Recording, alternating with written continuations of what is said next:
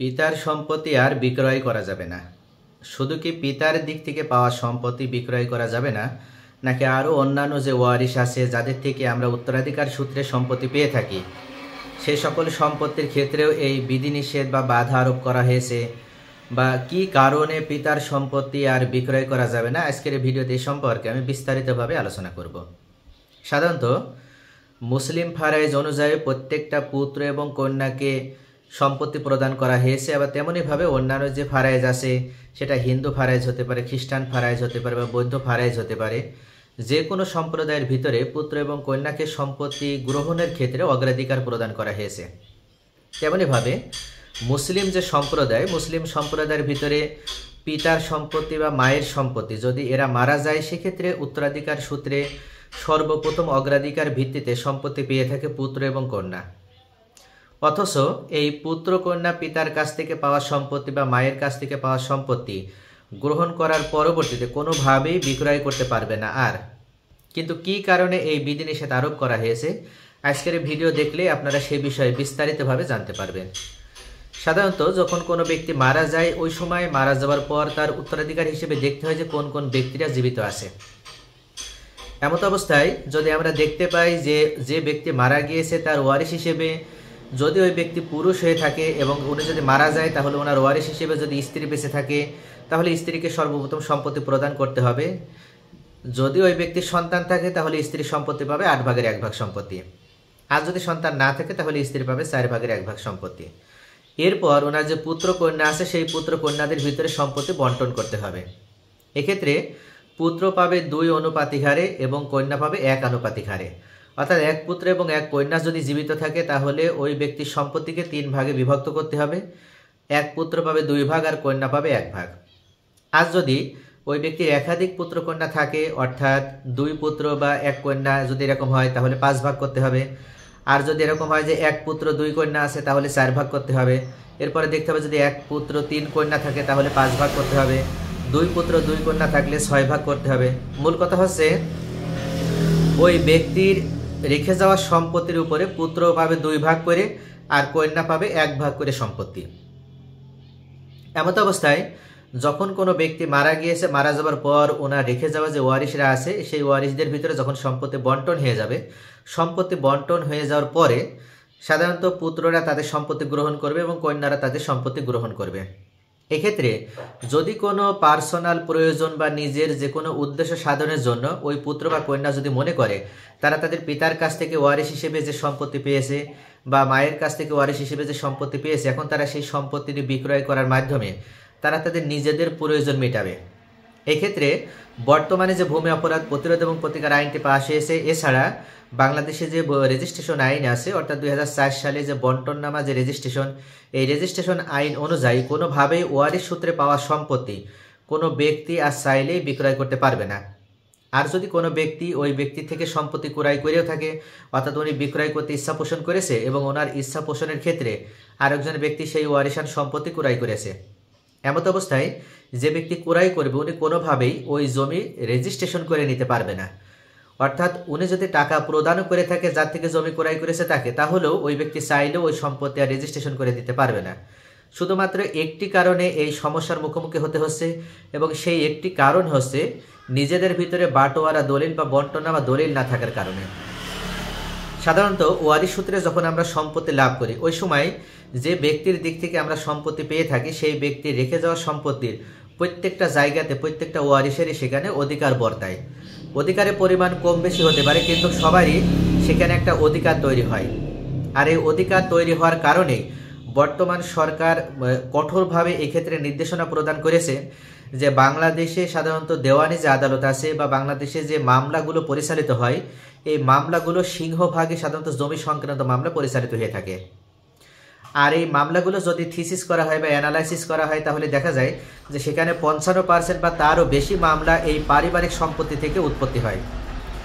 পারিবারিক সম্পত্তি থেকে এই মামলাগুলো উৎপত্তি হওয়ার অন্যতম মূল যে কারণ, সেটা হচ্ছে নিজেদের ভিতরে সম্পত্তি সঠিকভাবে বন্টন না হওয়া। সাধারণত দেখা যায় যে যখন নিজেদের ভিতরে সম্পত্তি ভাগ বাটোয়ারা হয়ে থাকে, ওই সময় কোনো ভাইয়েরা বা ভাই বোনেদের মধ্যে যদি বন্টন হয় বা ভাই ভাইয়ের ভিতরে যদি বন্টন হয়, সেক্ষেত্রে একজন ভাই আর একজন ভাইয়ের সাথে আপোষের ভিত্তিতে এই পারিবারিক বন্টননামাগুলো তারা করে থাকে।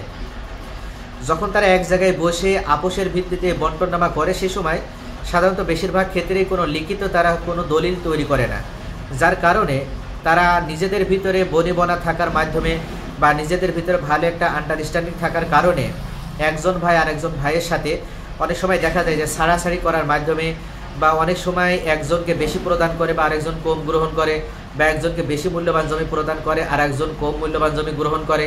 এইভাবে সাধারণত নিজেদের ভিতরে একটা আপোষের ভিত্তিতে বা সমঝোতার ভিত্তিতে তারা এই সম্পত্তি বন্টন করে থাকে। তারা জীবিত থাকা অবস্থায় এই সম্পত্তি নিয়ে যদি কোনো সমস্যা তৈরি নাও হয়ে থাকে, তারপরও যখন তারা মারা যায়, মারা যাওয়ার পর যখন তাদের পরবর্তী ওয়ারিশ হিসেবে অর্থাৎ তাদের ছেলেমেয়েরা সম্পত্তি পাওনাদার হয়, ওই সময়ে যত ধরনের বিপত্তি বা গোলযোগের সৃষ্টি হয়। এর অন্যতম কারণ হচ্ছে পূর্বে যে সম্পত্তি ভাগ হয়েছিল, ওই পূর্বে সম্পত্তি ভাগ হওয়ার সময় তারা লিখিতভাবে ওই সম্পত্তির কোনো ডকুমেন্টস তারা কিন্তু রাখেনি। অর্থাৎ তারা শুধুমাত্র আপোষ মীমাংসার ভিত্তিতে বা নিজেদের ভিতরে সমঝোতার ভিত্তিতে তারা এই বাটোয়ারাটা কার্যকর করেছিল। আর এই বাটোয়ারাটা যখন তারা কার্যকর করেছে, ওই সময়ে তাদের ভিতরে ভালো আন্ডারস্ট্যান্ডিং ছিল এবং তারা এক অন্যের সাথে কোনো ধরনের কন্ট্রাডিকশনে তারা কিন্তু জড়িত হয়নি। এর কারণে মূলত তারা সুখী শান্তিতে ভালোভাবে তারা বসবাস করছিল। কিন্তু যখন তারা মারা গিয়েছে, মারা যাওয়ার সময় তারা যে ওয়ারিশ হিসেবে সম্পত্তি পেয়েছিল, তাদের ওই সম্পত্তি আবার তাদের পরবর্তী ওয়ারিশেরা যখন পাচ্ছে, তখন তাদের ভিতরে লোভ কিন্তু জাগ্রত হচ্ছে।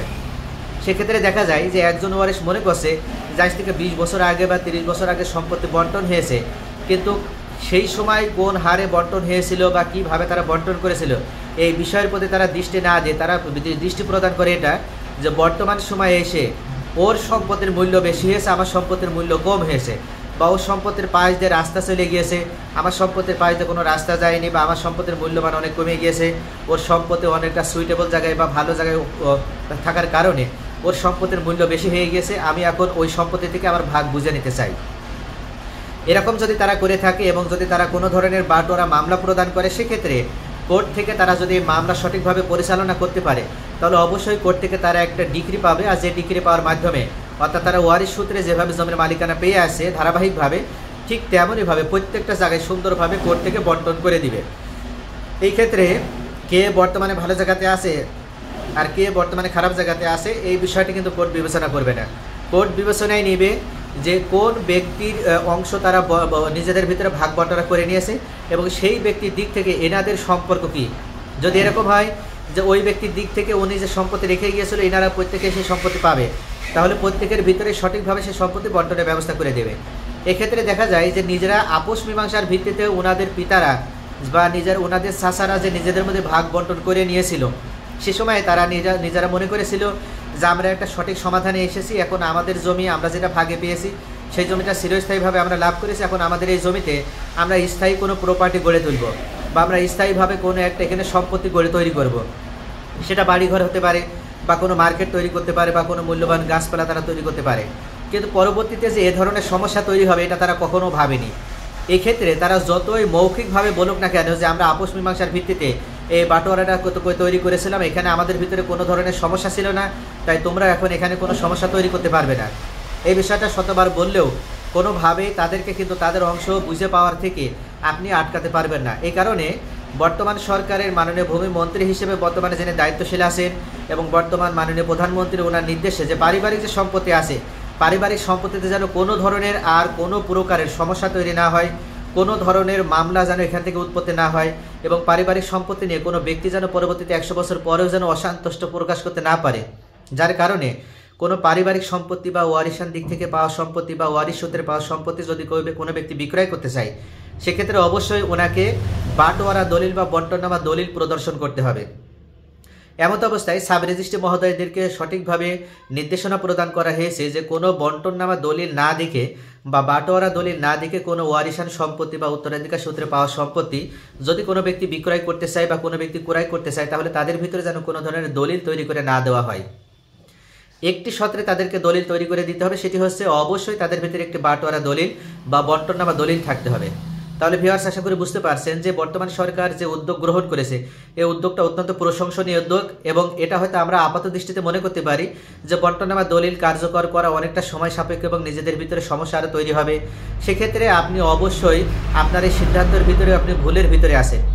কেননা বর্তমান সরকার চিন্তা করছে যে আপনার পারিবারিক সম্পত্তি নিয়ে যে ধরনের সমস্যা তৈরি হয়, এই সমস্যার একবারে গোড়া থেকে মূল উৎপাদন করা, যার কারণে পরবর্তীতে আপনার অনুপস্থিতিতে আপনার ভবিষ্যৎ প্রজন্মরাও তারা যেন কোনোভাবে নিজেদের ভিতরে দ্বন্দ্ব বা সংকটে জড়িত না হয়। এই কারণে মূলত পারিবারিক সম্পত্তি এখন নিজেরা যদি কেউ বিক্রয় করতে চায় বা নিজেরা যদি স্থায়ীভাবে ভাগ বন্টন করে নিতে চায়, তাহলে অবশ্যই বাটোয়ারা দলিল বা বন্টনামা দলিলের মাধ্যমে এই পারিবারিক সম্পত্তি নিজেদের ভিতরে ভাগ বন্টন করে নিতে হবে। তাহলে আজকের পর্বে এ পর্যন্তই, পরবর্তী পর্বে আবার দেখা হবে। সে পর্যন্ত সকলে ভালো থাকেন। আসসালামু আলাইকুম।